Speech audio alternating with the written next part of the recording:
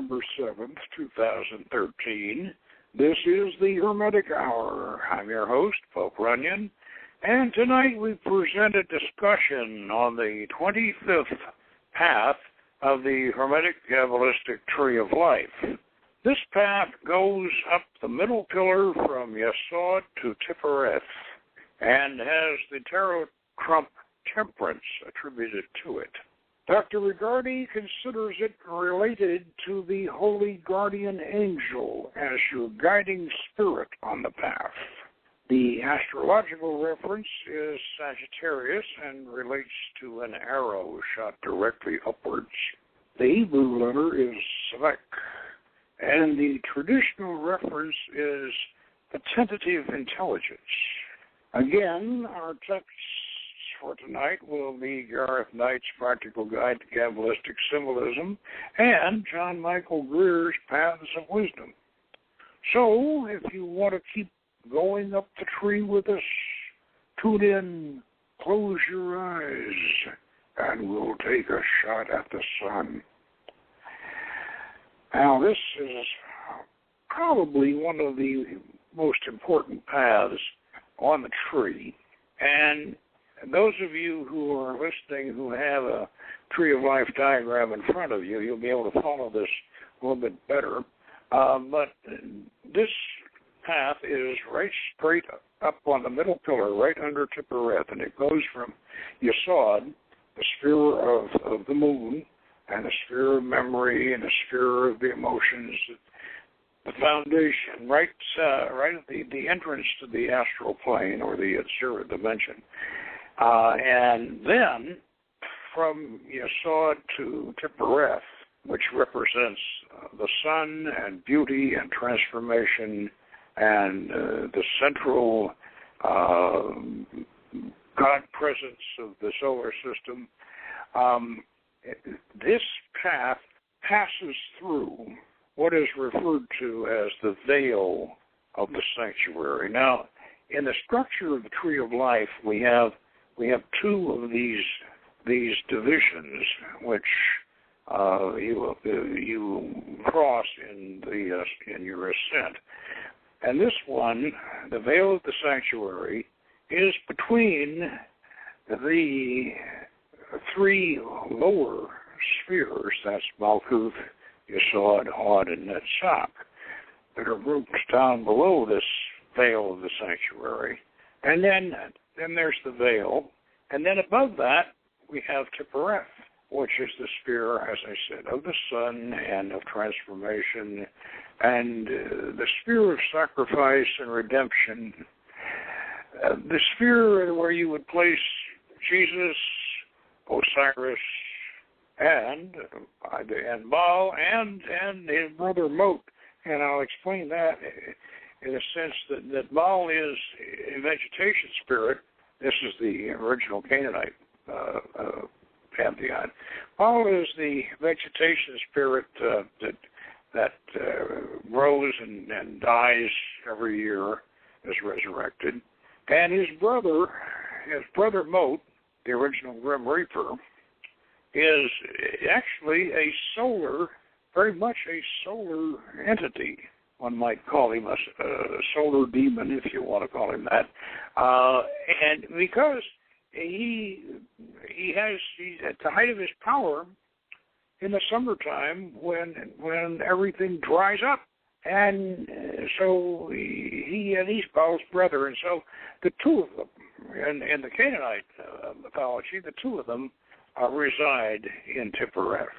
And otherwise, as I said, we would have in Egyptian mythology, we would want to put Osiris there, and I'm sure we're all familiar with the legend of Osiris being killed by Typhon and being dismembered, and then being brought back to life by his sister and wife Isis, and who goes around and about collecting his body parts and whatever.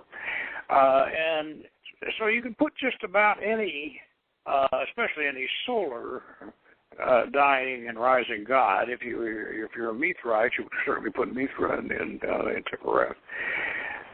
And obviously, this is going to be a transformation sphere, and that veil of the sanctuary is placed between Tiphereth and Yesod and Hod and Netzach. So that's the structure of it. But to make it a little more obvious as to how the special nature of this path up the middle pillar, from Hod over on the left side of the tree, the pillar of severity, Hod, the intellectual sphere, the sphere of Mercury, the path that leads from there diagonally to Tiphereth and also goes through the veil, that is the path of the devil. And over on the other side of the tree, from Netzach, the sphere of nature and the sphere of the goddess, over there on the pillar of beauty and pillar of mercy, that path leading to Tiphereth diagonally and through the veil is attributed to death. So we have two rather sinister, rather challenging, sinister paths leading from either Hod or Netzach. And then in the middle, we have this path, the 25th path, which, of course, is attributed to the tarot card Temperance. This is the middle and the balanced way. Now, these other two paths, devil and death, are referred to as the guardians. They're the two guardians that you're supposed to get through to get to Tiphereth. But some people, including John Michael Greer, recommend that you do 25th path, Temperance, first, and before you try the other two. No, I'm not so sure that's good. I think you might want to try one of the other two paths, and then settle on Temperance as your best way to get there. It's up to you how you want to do it. Now, I'm going to read you the section in Regardie's Garden of Pomegranates. Let me say this about Garden of Pomegranates. It's very short and very concise. In fact, it's so nice and short and concise that we use it as an in-temple reference book when we have candidates doing their Holy Guardian Angel retreat, which is a 3-day intensive that requires 22 rituals over a 3-day period. And Garden of Pomegranates is one of the books that will permit them to take in there because it is short and it is detailed. So here, reading from Regardie's Garden of Pomegranates. And he says, path number 25, joining Tiphereth, you saw it. Numerical value is 60. This letter, Samek, means the prop. The path is attributed to the zodiacal sign of Sagittarius, the arrow, and is called the tentative intelligence. Sagittarius is essentially a hunting sign, and Diana, as the celestial archer and the goddess of the chase, finds her place in this category. Apollo and Artemis, as hunters, with the bow and the arrow, are also included.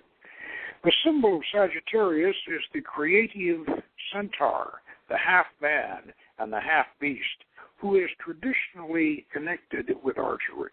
And the horse also is a correspondence of Samek. And the plant appropriate is the rush used in making arrows. A perfume is lingamallows, and green is the color. And the rainbow is also a correspondence of Samek. And in this connection, the god Ares is attributed. The tarot attribution is Temperance, showing an angel crowned with a golden sigil of the sun, clothed in a beautiful white robe, and on his breast are written the letters of the Tetragrammaton over a white square, wherein is a gold triangle. And he pours a blue liquid from a gilt chalice into another. The path leads from Yesod to Tiphereth, the sphere of the sun. The angel of the tarot would typify the holy guardian angel to whom man aspires. Now let me mention here that the holy guardian angel experience is attributed to Malkuth, and the our operational fluid includes all the 22 spheres of the tree, is all done in Malkuth. But Brigardi, I think, is absolutely right that your holy guardian angel should be your guide. I'm digressing now from Brigardi, but your holy guardian angel really should be your guide up this middle path. And one of the main reasons for that is you actually have three guardian angels. You have the angel, this is according to Hermes and according to Agrippa. You have three of them. You have the angel of your ascendant, you have the planetary angel that rules the sign, and then you have the holy guardian angel that is with you through all your incarnations and is not influenced by your particular natal chart. He is your angel that stays with you through your incarnations. So this is the one, the one that mediates. The one that mediates is the one between your ascendant, your planetary angel, whatever. So he really should, your holy guardian angel really should guide you up this path. Then we'll go back to Rigori. Okay. The keynote of the astrological sign, the arrow pointing heavenwards, is aspiration. And the sigil of the sun and the gilt triangle over the heart of the angel all point to the object of aspiration, representing Asar Nefer, man made perfect. Hardly any can be entertained as to the correctness of these tarot allocations. Its stone is jacinth, which in reality refers to the beautiful boy Hyacinth, who was killed accidentally by Apollo with a quoit. And that's, of course, a crossbow dart.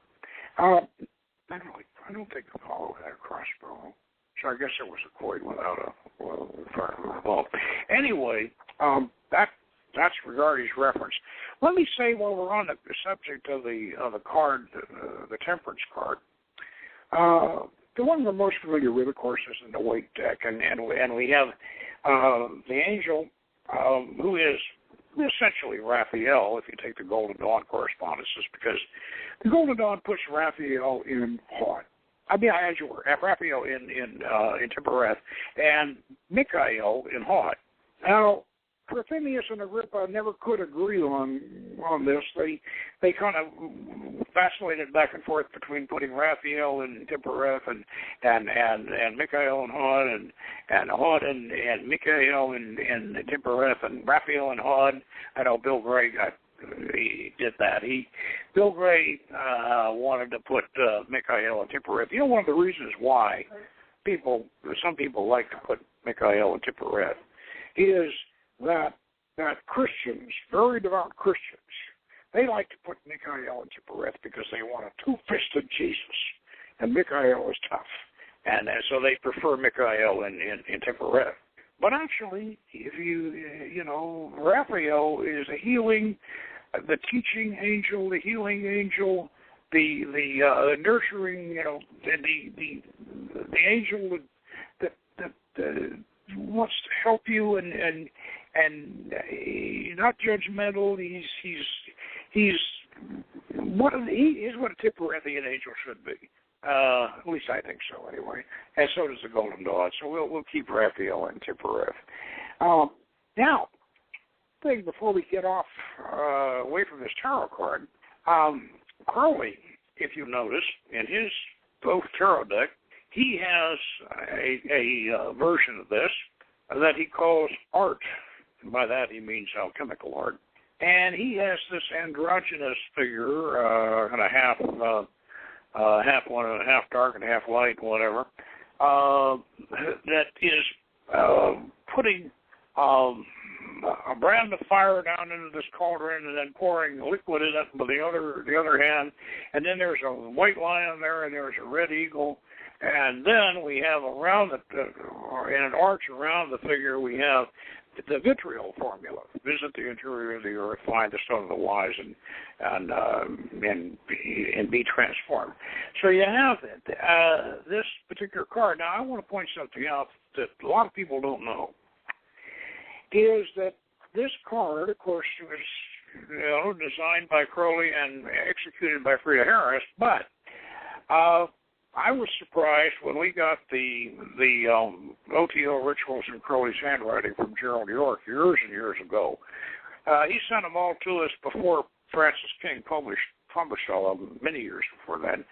And I was looking through Crowley's rituals, and here is a sketch of this version of the Temperance card. Then years later, I was going through Golden Dawn papers and found the same sketch, and it was done by Mathers. So the original sketch for the original design for Crowley's version of the Temperance card was originally from the Golden Dawn, and it was originally done by Mathers. And it was, as I say, alchemical. And now, the idea here, if we're going to talk about alchemy, the idea here is to have a transformation process resulting in this path, and a balanced transformation process. You notice that in the tarot card, the weight version, you have the angel who has 1 foot on the earth and 1 foot in the water, and then he's pouring one goblet, which looks like water, into the other goblet. And you might say that he's transforming water into wine or something like that. But the key point is that we have earth and water here. And, as you know, Saturn, which is the path, the 32nd path right below this path, leading up to, is attributed to Earth and to Saturn. And this path, of course, is attributed to Sagittarius. So what we're doing with this alchemical idea is balancing these elements in, of course, the personality, because as we all know, I know a lot of us don't like to think about this, but the main reason why we do this work on the Tree of Life and why we study this aspect of the Kabbalah is to transform and to inspire and enlighten and acquire knowledge for ourselves, for our own personal development. This is the most important aspect of this. It isn't to master all of this so that you can cure the warts on Aunt Fanny's nose. That's not what we're doing. We're trying to improve ourselves, and we're using this process, a deep inner process here, to do that. And one of the things that I think John Michael Greer points out, in fact, to tell you the truth, in this particular instance, I prefer John Michael Greer's interpretation of this path to Basil Wilby's Gareth Knight's. I think Gareth Knight gets off on St. John of the Cross, and he just goes on and on and on. But John Michael Greer comes to the point on this. He says that you really can't get through this veil going up to Tippereth until you face up to the fact that you can't blame all of your misfortunes and your lack of success and all the rest of the things that you're not satisfied with. You can't blame them on other people. You got to just give that up, and this, you give that up, and then you can get through this veil and you can get on into Tippereth, because of course Tippereth is the sphere of sacrifice, the sphere of at-one-ment, and I think John Michael Greer is very right about that. Whereas the other spheres over there, the sphere of the other paths, the devil and death, have a somewhat different approach to this idea. This is the middle pillar here. The 25th path is pretty, although it's not easy. It's certainly not easy. Is really the better way to go. Now, the business with the bow, the centaur. Centaur is half man and half beast. And Charon, the centaur in legend, actually sacrificed his own life to make Prometheus immortal. So this is a very noble half beast and half man. And the idea of the bow comes from actually a combination of concepts. Katesh and the Hebrew word Katesh, which means bow, and also the fact that the two spears, three spears actually, Hod, Netzach, and Yesod down there actually form a kind of a bow. If you look at the tree, it really does. It really looks this way. You take a look at the tree, and you can see these three spears, and then Tiphereth up there, and then you look at the 20-foot path, and it's like an arrow. It really is. It forms a perfect arrow, and you shoot it right up in the Tiphereth. And this is why it's referred to as the bow. And while we're talking about that, let's mention something else too. It confuses people. The order in which you ascend the tree is different in different interpretations, and the order actually, these paths are ordered the way John Michael Greer has it. He has them ordered this way. Those of you who are looking at a tree of life, you can kind of get this idea. The first path, of course, is 32 tau. And the second path has got to be 31 Shin. That's over to Hod. And then Quoth 29, that's the fourth. But let's see, the third. Where do you put the third? Oh, dear. 1, 2, 4. Oh, my gosh. The third ought to be, the third is Resh 30, leading over from the sun. It's called the sun. The path's called the sun. It leads from Yesod to Hod. That's 3. And then 4, of course, is Quoth 29, leading from Malkuth to Netzach.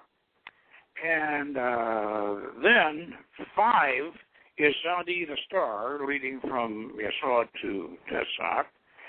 And then 6 is Pech 27. That's the tower, bridging across. That's one of the bridges across from Hod to Netzach. So that's 6. But then 7. Now 7 is 25, and this is where the order doesn't match.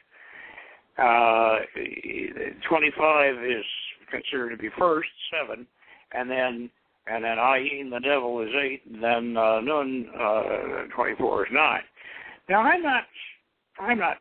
don't completely agree with this, because I think you really ought to perhaps try to go through the devil and go through death, perhaps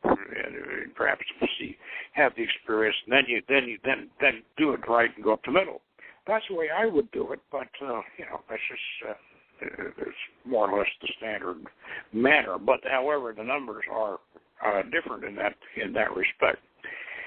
Now, I know that's confusing if you're not looking at a diagram of the tree.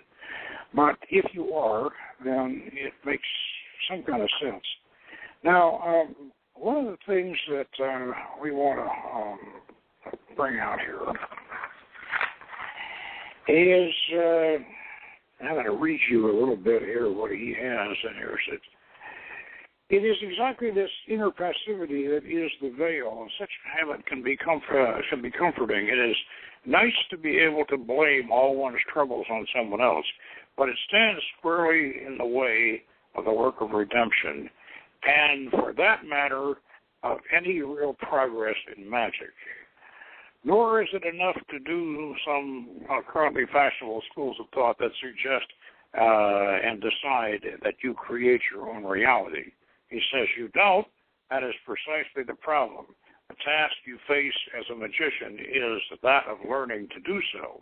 Now, this is a very, very profound sentence that John's come up with here. And the reason being this, we construct a magical universe.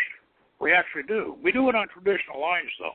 And this is something that I just got asked in a class just the other day.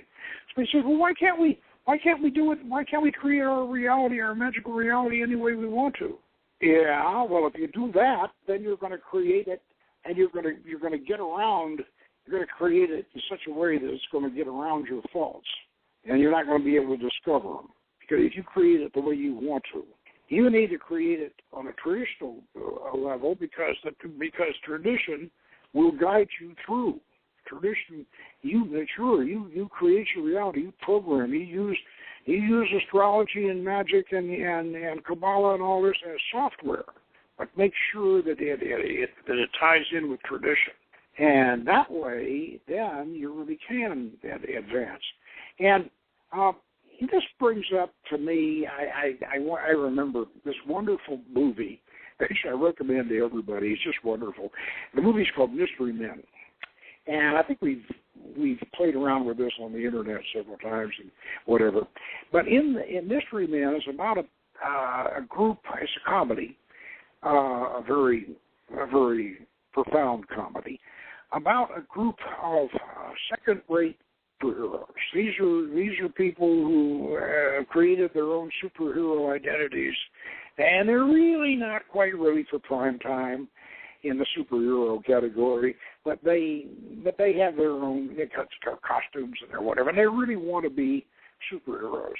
And they're just not quite succeeding, so they decide to go out and get themselves a guru. And they get this guru to sort of get them into shape so they can really realize their powers and do all this.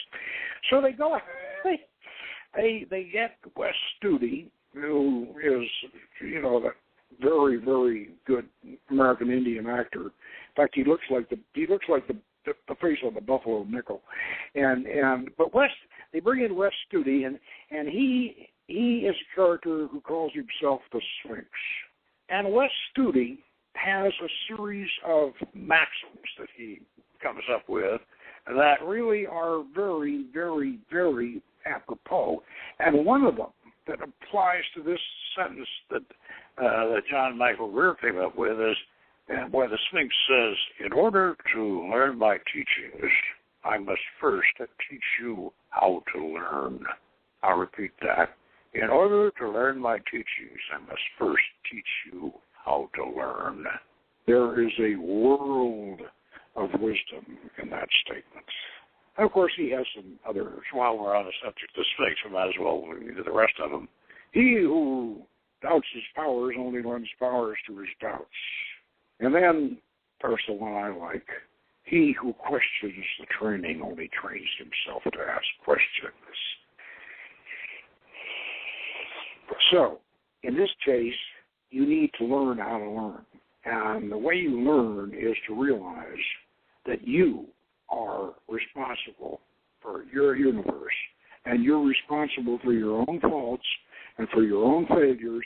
Nobody else is. You are. And this is the first step. And then you learn the system, the traditional building blocks of your system.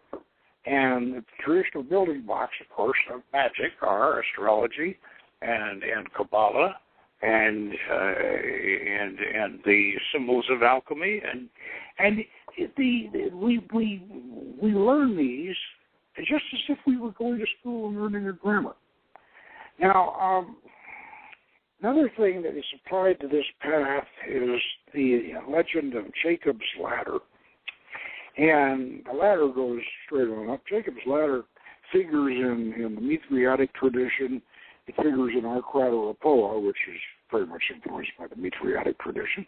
And so let's talk a little bit about Jacob's ladder. Jacob envisioned his ladder and going up to heaven, and he called the place where he had this vision, Beth El, which means the house of El. Now, El is a name for God. And in Phoenician mythology, El is the supreme God. He and Asherat, his wife Asherat of the sea, they rule the known universe. And so El is the over God. And El was called the compassionate, unlike Yahweh, who's called jealous and vengeful and all of that. El was called El the compassionate. He ruled over all and was not terribly judgmental. He was a compassionate over God, which is I think quite an improvement over Yahweh's attitude. And El was probably the god of Solomon and certainly the god of Hiram of Tyre. And when they built the Solomon's temple, they didn't build it for Yahweh, they built it for El. That's pretty obvious. And El is attributed, by the way, he's the holy name of Jupiter, which is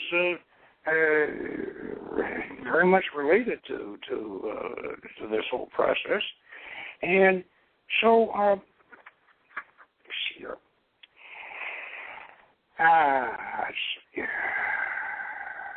So the image of Sagittarius the Archer is a centaur. Yeah, I'm trying to find this reference to Jupiter there. And as I said, has El as its holy name. Now, if we do this path the way we do it, and in the OTA, we would use the boat. Because, as you probably recall, we use Kusar's boat as a vehicle for all the paths above Hod, Yesod, and Netzach. And the reason for that is that we don't want to have to walk over ground that we've already done, and so we developed this boat, flying boat.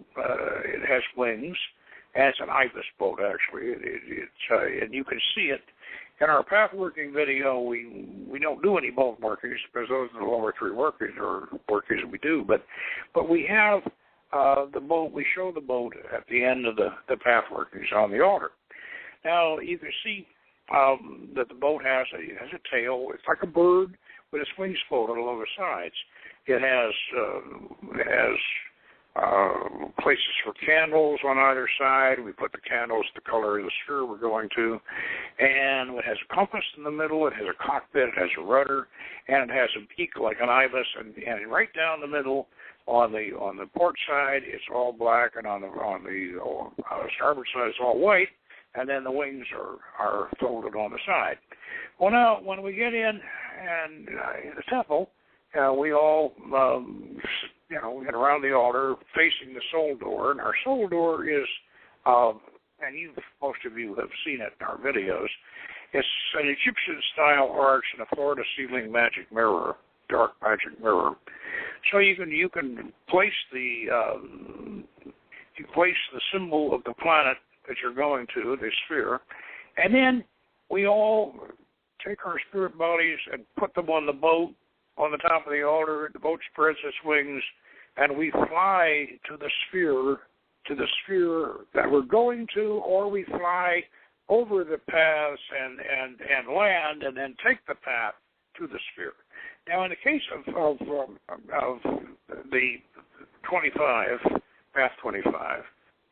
Leading from Yesod to Tipperath.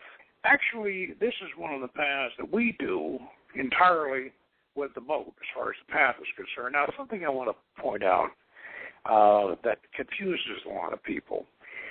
When you do a path working, you're not just doing the path. You're doing the path to the sphere, and then you're doing the sphere.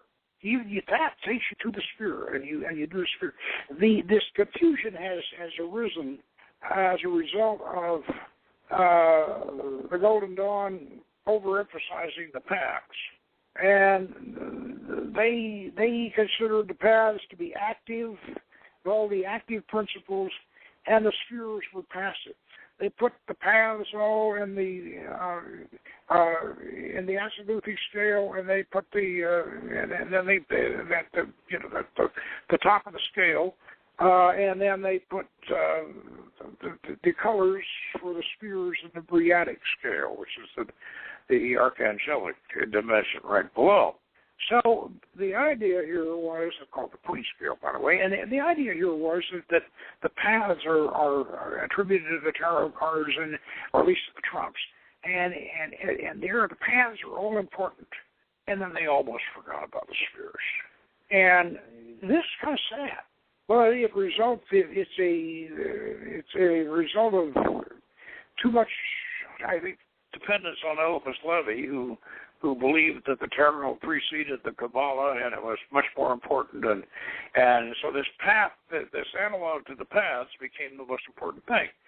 But you should never forget that your path is leading you to the sphere, and the path relates to the sphere it's leading you to. But the sphere itself is the whole realm of the principle that you're trying to achieve. You're trying to accomplish. And so this is something that a lot of people don't understand. You do a path working, sure, you go do all the various things on the path and the attention points and what have you, but then get into the sphere and learn what the sphere can teach you. This is what you're really supposed to do. So in our case, we do the 25th path. It's one we've been talking about. We do this all in the boat, all flying. We fly over the whole thing. And, of course, there's a storm, and we have quite a bit of symbolism that occurs while we're in the boat, in the air, and flying over the path. And so then we land in Tiphereth.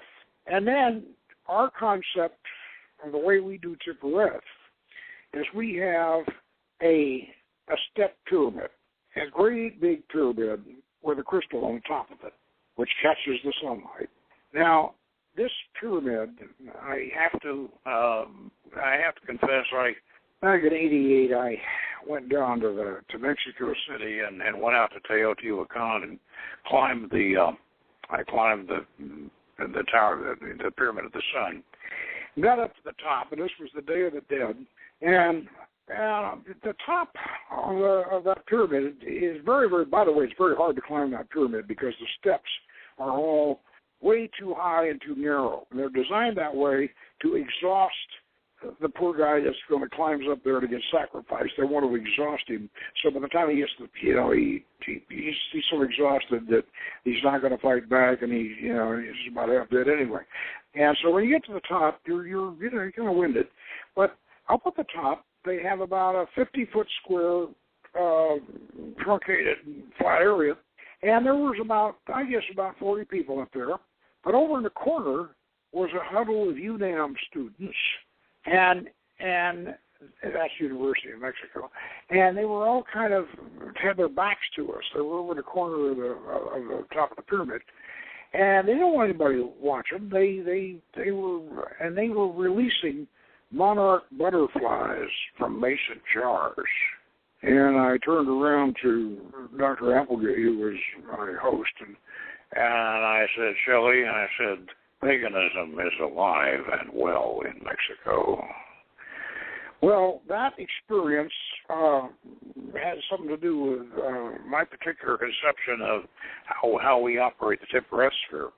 So we have this big pyramid, and it has the same kind of steps up leading up the top. And there's this big crystal up in the top, which catches the rays of the sun. So we go on in, instead of climbing all the way up, we find a door and get inside the pyramid. And inside it's, a big corbelled interior. And there's Baal right under where the crystal light comes down in a column. And he's sitting up in his throne, and Mot, his brother, the god of death, is right at his left shoulder. And Moat is not too sinister, and he's kind of sad looking, but he's and sympathetic. And Vol is his very masculine, very virile self. And Vol has this of the solstices, and he catches the light from the sun in this goblet, this rainbow light, and then he comes down, and we dance around him, and he shares this goblet of light with us. We fill ourselves with light, and we dance around, Deosil, around and around. And then, of course, finally, when we're exhausted, Moat comes down and tells us it's time to rest. And then he takes us by a spiral staircase up to the top of the pyramid from the inside.